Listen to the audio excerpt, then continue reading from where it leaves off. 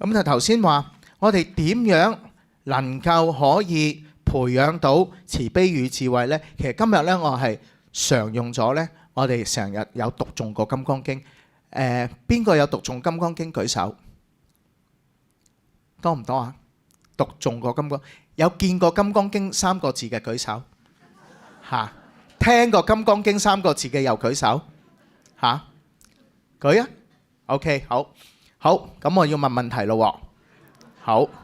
好啦，問問題就係經裏邊咧有講喎，應無所住而生其心。咁話2、4、6、8個字，呢8個字就能夠點樣呢？去表現咗佛陀佢所帶俾我哋，叫我哋培養嘅慈悲與智慧。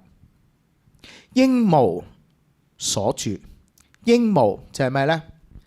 本不生本不滅嘅意思，即係話根本就冇生同滅嘅啦，係咪啊？所住就係咩呢？所住就係我哋每個人嘅心能唔能夠安住呢？本不生本不滅，而心我哋能夠點樣啊？因為本不生本不滅，能夠安住而生其心。應無所住而生其心，呢個心係咩嚟嘅呢？慧能法師嚇，佢話俾我哋聽唔識，呢個唔識就係代表話根本就冇識同唔識嘅分別，根本就係冇識同唔識。咩叫哇好高深啊？你哋一陣會唔會走㗎？唔會啊嘛。點解冇分別呢？原來頭先我咪講嘅轉苦為樂嘅樂字係常一直正，本不生本不滅，呢個境界就係有同冇係根本係冇嘅，根本就冇呢兩個情況出現。因為點解呢？原來佛法就係咩呢？佛法係因緣所生法，因緣所生法而成咗咩呢？而成一個我哋叫假名，有個相喺度。我哋點樣去當下點樣去應用去對待？當我應用同對待，我就能夠點樣啊？生起慈悲，生起咩啊？顯現智慧。咁慈悲就係咩呢？慈悲係解拔苦與樂。大家諗一諗啦，過往現在有做咗幾多拔苦與樂嘅因緣呢？你哋對自己先，唔好話對別人。好多時我哋會好開心，係咪啊？好開心就會點樣㗎？Mandy，你好開心會點樣㗎？你講一講啊！哇！你真係好喎！我開心呢，你會唔會買樣嘢贈俾我啊？都得嘅，多謝你啊！好嗱，呢個就係自己嘅善待自己。好，我嚟問多個，鄧女士呢，你好開心會點樣啊？哦，將你啲嘢送俾人，哇！多謝啊，好慷慨啊你嚇。原來呢，當我哋呢一個人嘅開心呢，第一問自己呢個係咪情感嘅開心、情感嘅快樂？情感喎，情感就係點樣啊？頭先大家會好開心笑噶嘛，係咪啊？你問一問，係咪法師引你笑啊？定係哇佛法都令到我添上一種咩啊？歡喜嘅成分。原來呢，我哋要令到自己開心呢，唔係情感嘅開心。我哋好多時呢都想人讚嘅。因為點解呢？你一讚呢，你個成功感呢就會推進。但係當你推進嗰陣時，你有冇諗呢個只係情感俾到我嘅推進，唔係喺法樂嘅推進。法樂嘅推進係點樣㗎？法樂嘅推進就係要有菩薩嘅胸襟。菩薩嘅胸襟係咪啊？具有拔苦與樂嘅慈悲嘅情懷。所以我哋大德有講，不忍性教衰，不忍眾生苦。然後咩？大悲為上首啊，究竟為方便。記住呢一句，不忍咩啊？性教衰，不忍佛法嘅衰落，不忍眾生苦。因為不忍眾生苦，至令到法唔會衰落。因為點解啊？我能夠用法去推進，能夠給予眾生點樣啊？拔苦與樂。所以你就以大悲為上首，即以慈悲為首要。究竟方便就係智慧。所以我哋不忍眾生苦，不忍性教衰，大悲為上首，究竟為方便。呢個就係咩呢？慈悲與智慧嘅彰顯，令到我哋將佛法推進，就唔係情感嘅快樂，係佛法給予我哋能夠應無所住而生其心。咁一講到智慧呢，我哋要講般若，因為呢喺佛經裏邊呢，般若係解做咩呢？解做慧嘅意思。慧能夠點樣呢？能夠有一個令到我哋人生有一個導航嘅因緣，同埋咧令到我哋嘅人嗰個心性能夠咧去增長。咁好啦，增長裏邊我哋咧有3類嘅般若，我哋要認識。咁大家咧可能咧耳熟能詳，我哋法師咧滾瓜爛熟噶啦。咁咧唔緊要，我哋再大家咧去溫習一下，同大家介紹。咁般若有3種，邊3種呢？第一種叫實相般若，第二種叫觀照般若，第三叫文字般若。好，我哋先從咧文字般若係講咯。咁文字般若，剛才咧我係咪都喺呢個場啊？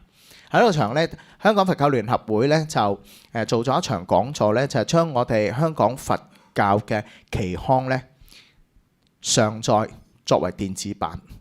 咁啊，我哋咧喺在座咧有會長啊，有大德法師啊，又有學者啊，又有做出呢個佛教刊物嘅有心人咧，大家覺得咧原來咧文字嘅傳播咧係我哋喺個生活裏邊咧係離唔開嘅。文字語言係咪？我哋用語言去溝通。好啦，溝通咗啦，我哋用語言，我哋成日開會噶嘛。一開會，我哋講咗出嚟就要做咩啊？做記錄。做記錄，我哋就可以點啊？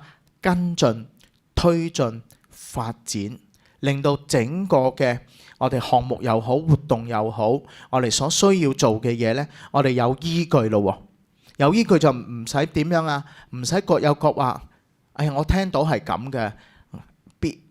B 嗰個我聽到又係咁啊！大家就點啊？做一件事呢，紛亂咗啦。所以我哋喺會上就仲要有咩啊？有議程通過、決議落案，然後就跟住呢個議案嘅記錄，然後有進度去推進。咁所以呢，喺佛陀時代呢，好多嘅佛陀嘅弟子呢，佛陀說法咧，全部都係咩啊？憶詞嘅，因為印度人咧記憶力好強嘅，記憶力好強嘅，係到佛陀滅度咗100年後，開始點啊？我哋嘅教團開始有分歧啦。每個地方咧，對於法同戒律裏邊咧，大家都會各有各咩啊？意見同理解，開始唔掂啦。開始就點樣啊？做第一次結集嚇，第一次結集仲未夠，第2次、第3次喺我哋教史裏邊呢，總共有最大嘅總共有5次嘅結集。所結集裏邊嘅就係經律論嚇，裏邊嘅經文。好啦，透過文字，我哋有叫做有咩啊？有依據啦。能夠可以咧去搜尋住咯。所以我哋頭先話，我哋要常常要讀經。點解要讀經咧？我想問下先，近啲啦，呢位男士咧，好唔好啊？你有冇讀過經啊？讀過佛經啊？即係心經有讀過啦。心經好，我想問你，你讀心經，你覺唔覺得265個字短嘅？但係你係咪一讀就會明啊？唔明，但係你願唔願意讀？OK，好啦，讀完第二步，你會唔會想理解佢？咁你就會揾啲叫做我哋叫做揾啲翻譯白話文，知道咧個經裏邊嗰個意思係咪啊？好啦，嗱，心經啦喎，好。頭先有人話我讀過金剛經噶嘛？舉手啊！係啊，誒少咗好多喎，聽過嘅都要舉手，睇過金剛經個3個字都要舉手。好 ，OK， 好多喎，好，咁好，咁啊我再嚟個呢位男士，一四眼呢個男士最快舉手，係啊，你起身啦，你讀過金剛經好啦，你讀過啊嘛係嘛？讀過，你明唔明白啊？明啲啫。明啲，你明啲明乜嘢先？你講俾我聽。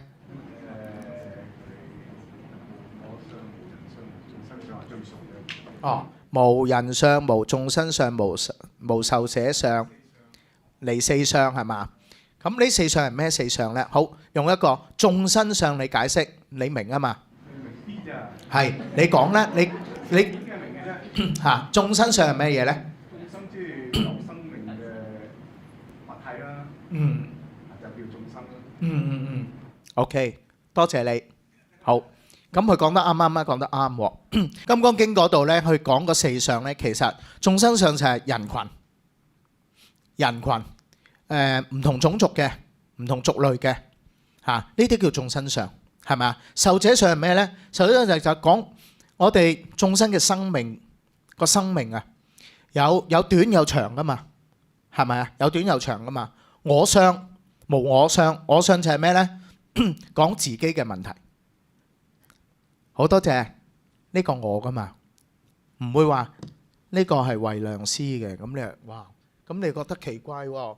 咁 close 咧，你哋兩個惠良師隻杯你都飲嘅，唔會噶嘛？即係話呢隻杯係我嘅。咁點解會有啲嘢有時話佛教裏邊講，喂唔好執著我啊！咁啊問話喂啲嘢邊個嘅？我嘅，咁一個答案。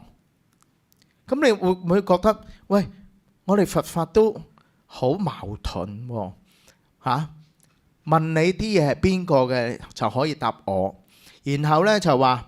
我嘅食物咁樣，你就呵斥咩？你嘅食物啊，入到寺門就係大眾嘅，咁點解咧？有得食啊嘛，我哋唔使買係咪啊？咁啊，好似有蝦去喎咁樣，點解會咁嘅咧？喺佛教裏邊，呢個我點樣去分別乜嘢叫平等，乜嘢叫咩咧？原來我就係一個假名，去點啊？去證實啲嘢，我哋要求證啊嘛。所以我哋就問呢啲嘢係邊個嘅？就話我識增設，咁你就話咦係喎，在座得一個識增設喎咁樣。所以我哋每個人都有個名噶嘛，係嘛？喺佛經裏邊就講呢個名叫假名，因為點解我哋個個都係人嚟嘅，但我就唔可以人一、人二、人三、人四、人五噶嘛，係嘛？好困難啊！即係話搞好耐次有個人五嘅，我係人五出嚟呢，舉手。如果我一話頭先話 Mandy 咁佢識啦，咁呢度在座有幾多個 Mandy 啊？舉手。你唔係 Mandy 咩？係啊，你舉高啲啊。係啊，真係得一個 Mandy，我冇其他一個 Mandy 啊。OK，Amy 呢？又得一個Judy 咧 ，OK 嗱，咁好啦，呢個就俾啦話，如果得一個 Mandy，得一個 Amy，得一個 Judy 嘅，我就讀佢個名咯。如果多過2個 Mandy 嘅，我就會話係咩啊？Mandy Tong， 佢叫姓唐啊嘛，咁就會加多個咯。所以原來我呢個呢，原來愛嚟做咩啊？愛嚟喺生活上去分辨是非嘅，所以我就有個假設。好啦，問我話啲錢係你定我㗎咁樣，咁大家就唔會話係長住㗎嘛，係咪啊？除非你哋話我發心全部捐咗俾長住嘅就係長住啦。咁所以呢，話俾大家聽，去到寺院呢，我個供品啊，好多人都會嘅，有啲好傳統嘅，有啲好傳統呢，佢就會講啊，師傅啊，我嗰陣呢買咗呢一袋生果呢，我拜完佛呢，我想點樣啊？攞翻屋企俾我屋企呢，去點樣啊？祝福佢哋。咁呢個係唔係做得啱唔啱啊？做得啱唔啱先？啱唔啱啊？聽唔到？對，係咪對啊？對唔對？其實係對嘅，因為佢之前已經同咗師傅講啦嘛。我係嚟供佛，攞翻屋企帶俾屋企人分享嘅，佢就可以攞啦。如果佢又冇講，佢突然間攞走咗，或者第三者攞走咗，就唔應該咯。因為點解？呢個係屬於長住物。喺我哋喺戒律講呢，叫做咩啊？有啲叫做有主物，有主人嘅，即係譬如好似每人一個手提，你冇理由話去到寺院就係歸公家噶嘛，係咪啊？呢個手提就係我嘅，叫有主物，因為我係要應喺我嘅生活喺個工作要應用噶嘛。所以原來呢，喺《金剛經》裏邊就話俾我哋聽，我哋嘅生活點樣離四相呢？乜嘢叫歸納四相？乜嘢叫離四相呢？你就要慢慢好似頭先嗰位我哋嗰位男士咁樣，我識啲唔識啲，明啲唔明啲，我又知道啲咁樣。咁我哋就要切實要知道。如果唔係呢，有時就咩啊？一知半解，我哋就對於經文唔了解呢，我哋好時理解錯呢，我哋都會點樣處理咗錯嘅。所以喺文字般若就要點樣？所指嘅就係佛陀嘅言教。而將呢個言教用文字記錄落嚟，讓我哋點樣呢？讓我哋生起呢個文思維。所以文字般若，我哋個個都係從文字般若去理解我哋基礎嘅咁樣。咁好啦，介紹下先啦。舊年呢，我哋就出咗一本叫《學佛入門嘅覺路篇》。咁今期呢，我哋就出咗本咧叫《慧燈篇》一陣呢，大家有冇我冇請到喺書展？有啊嘛 ，OK。手上我冇啊，有啊嘛，大部分。一陣我再打開《慧燈篇》呢，再同你分享。因為啱啱呢真係好好啊。我哋喺第77頁，即係第7嗰度呢，有講到般若同埋空性嘅智慧俾大家知道。第二，觀照般若。好啦，觀照般若係啲咩嚟嘅呢？咁樣我哋分2個層面去睇。第一就係呢，原來就係我哋一般嘅各樣嘅智慧，猶如咩呢？文學啦、藝術啦、哲學啦、科學啦，以及呢政治經濟等等呢，呢啲都係智慧嘅結晶。智慧結晶，仲有呢就係有啲科學嘅發明啊，能夠呢可以呢造就到人群啊咁樣。但係相反呢，如果用作國與國嘅戰爭啦，影響咗呢我哋世界嘅和平啦咁樣，呢啲呢都稱之為呢所有嘅我哋都話叫做世俗嘅智慧嚟嘅，叫俗智俗慧。呢個呢偏於喺咩呢？偏於喺事相裏邊。唔喺佛教裏邊呢，唔稱得為呢叫做般若。咁第二類係啲咩嚟嘅呢？第二類呢就係所講嘅叫外教，稱之外教。佢哋嘅智慧呢係以呢人間醜惡啦、痛苦啦，要求呢升至到呢好美妙啦、好安樂嘅天國啦。咁喺呢種嘅知識裏邊或者智慧裏邊呢，我哋叫做外道嘅智慧嚇，稱為呢邪智邪慧，唔能夠呢稱為呢佛教所講嘅叫般若。好啦，到第三類啦，就係喺我哋佛教裏邊呢，有一種叫做二乘嘅行者。呢二乘行者係咩呢？包括就係聲聞緣覺。我冇聽過聲聞緣覺啊？聲聞緣覺，聲聞係透過咩呢？透過聞四聖諦而證道嘅。緣覺呢就係觀生死嘅流轉，而呢所得嘅我哋叫做得咩呢？我嘅所為而能夠解脫生死嘅呢個呢係稱之為般若。但係呢喺我哋大乘嘅般若經裏邊呢，都唔列入為咧大乘嘅般若。大乘嘅般若咁好啦，哇！原來真正認識佛教嘅般若呢，原來呢都係有唔同嘅判斷嘅喎，咁樣。好啦，呢啲唔同嘅判斷，我哋睇一睇咯。唔同嘅判斷喺我哋大乘嘅叫大乘菩薩乘嘅般若係點嘅呢？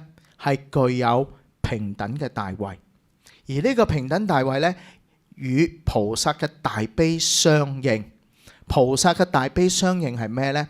喺呢個行願品嗰度有一個講嘅，智孝法師記唔記得啊？好啦，菩薩嘅菩提啊，我哋話菩提係依咩啊？依菩薩呢係依大悲而起悲心嘅，因為因眾生而起悲心呢，而點樣呢？成為平等嘅菩提，成阿耨多羅三藐三菩提。所以菩薩嘅大悲相應就係我哋眾生嘅苦，眾生嘅苦，而當於眾生嘅苦，我哋慢慢就能夠點樣啊？提升起佛教所講嘅慈悲，而慈悲要具有平等嘅大慧。乜嘢嘅平等呢？無差別。無差別就係頭先我哋所講嘅第一種嘅，就係呢一種世間嘅知識科學嚇，佢呢可以造就人群，但係相反呢，用錯咗呢就會點啊？傷害咗我哋人群咯。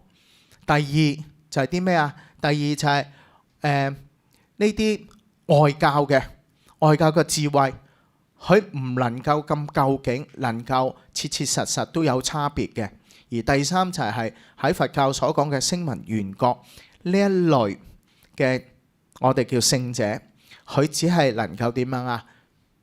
解脫咗生死，未能夠將煩惱能夠降伏。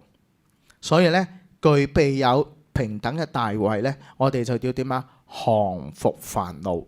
所以呢，喺《金剛經》都有講啊，我哋如何去降服我哋嘅煩惱呢？咁樣喺《大智度論》呢有講，佢話般若呢只係一法嚟嘅，即係一法就係一個方法，一個修行嘅方法。般若係一種嘅修行方法，而呢個修行方法呢係隨機而稱嘅。隨機而稱啦，我哋睇一睇咯。咦，上面有3塊嘅菩提葉。第一就係講般若，第二就係講空，第三呢就係菩提嘅轉化。咁即係話呢，你能夠呢從空裏邊講呢，亦係般若；如果我哋從菩提去轉化呢，亦係般若。我哋純粹去講般若呢，就係一法啦。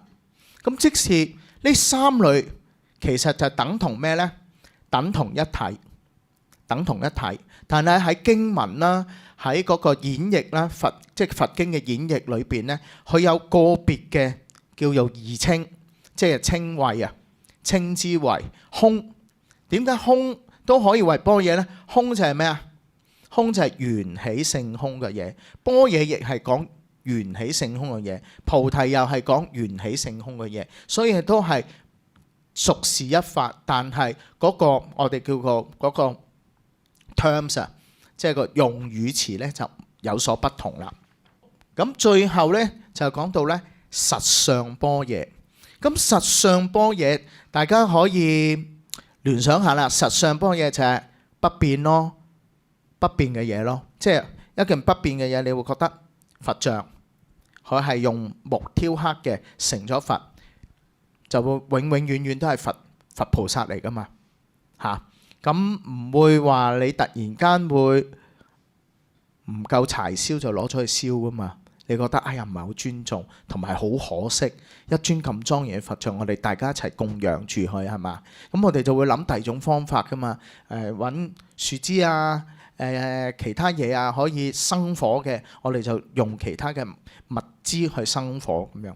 好啦，原來實相般若嘅講係咩呢？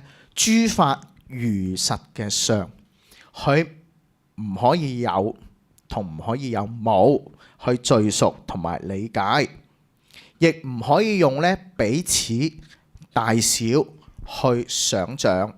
咁呢樣嘢咧有唔可以有，唔可以用冇，又唔可以有彼此咯。彼此就話咧，彼此就係你同我咯，有彼此咯。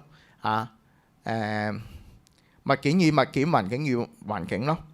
大小就與你高大，你矮小，你老你嫩咁樣，都唔可以咁樣去想像。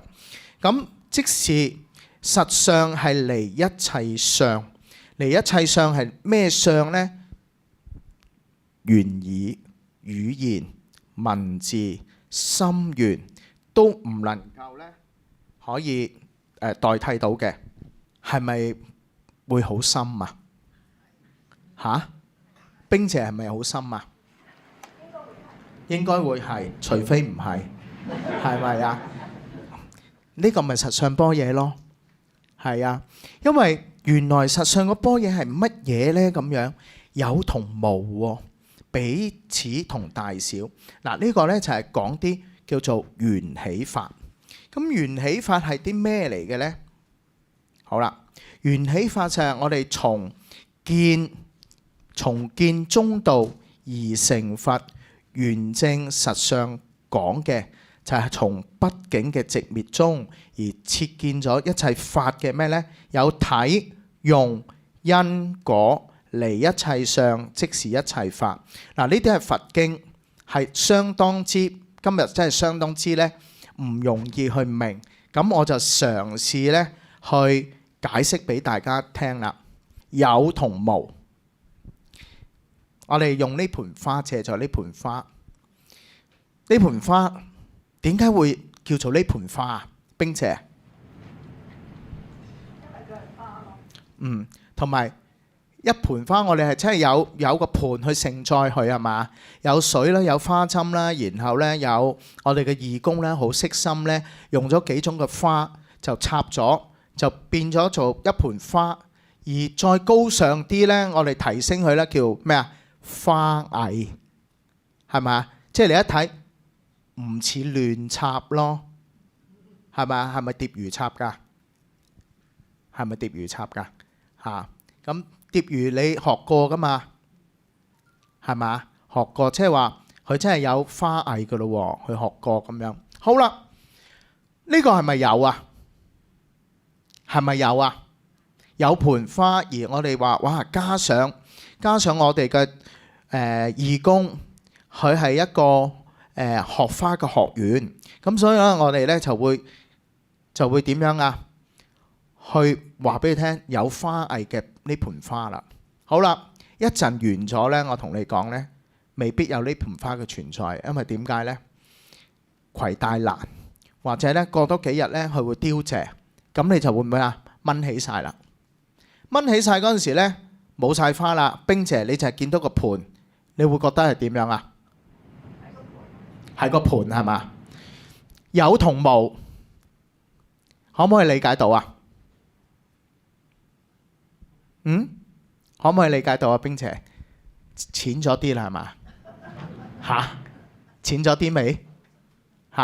原來呢個實相般若呢，就要透過咩？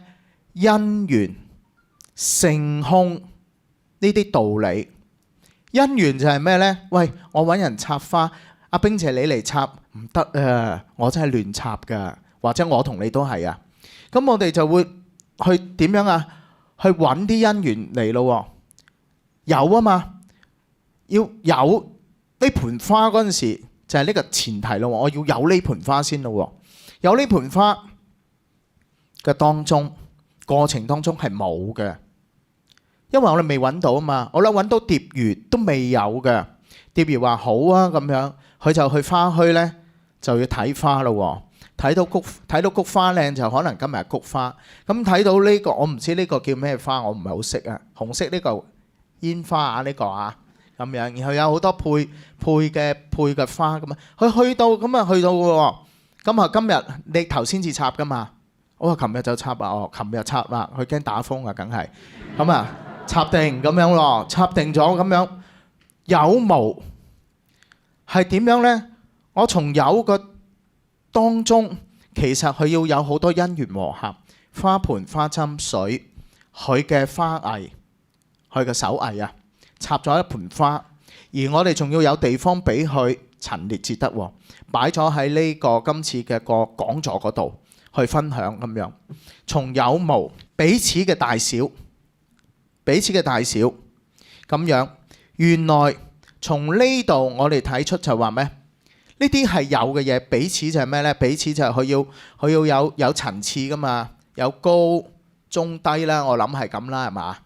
嗰啲花咁樣有彼此啦，又有大小咧。呢個大啲嘅應該係主花啦，係嘛？嚇，呢啲係配搭㗎啦，呢啲係嘛？好啦，但係實相嘅般若唔可以有冇彼此大小喎，係咪咁講啊？咁點樣去理解呢個實相般若呢？係咪好有問題啊？係咪啊？完全冇問題，完全就係因緣和合而成嘅。叫我哋咩呢？即係叫阿蝶魚嗱，你一陣呢完咗，我掹起你啲花呢，你唔好叫，你唔好喊喎，係咪啊？我哋就係點樣呢？我哋要從呢個過程當中叫我哋唔好執迷。好多時點樣啊？你一插咗花呢，你梗係話：喂，你喐乜嘢都好，你唔好喐我盆花。你從呢個因緣，你起咗執迷啦。因為點解呢？好啦，我突然間院長話覺得呢度好嘅，院長你唔好掹啦，我有大小分嘅。係咪啊？我有彼此㗎，我有層次咁，有 layer 㗎咁樣。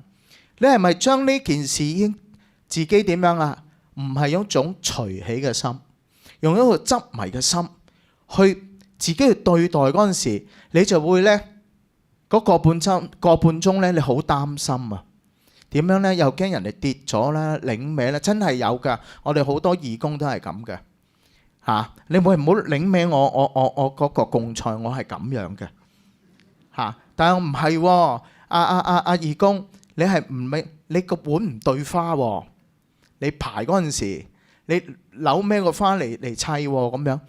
原來喺實相般若就叫我哋，我得返10分鐘咋 ？OK， 我盡努力啊！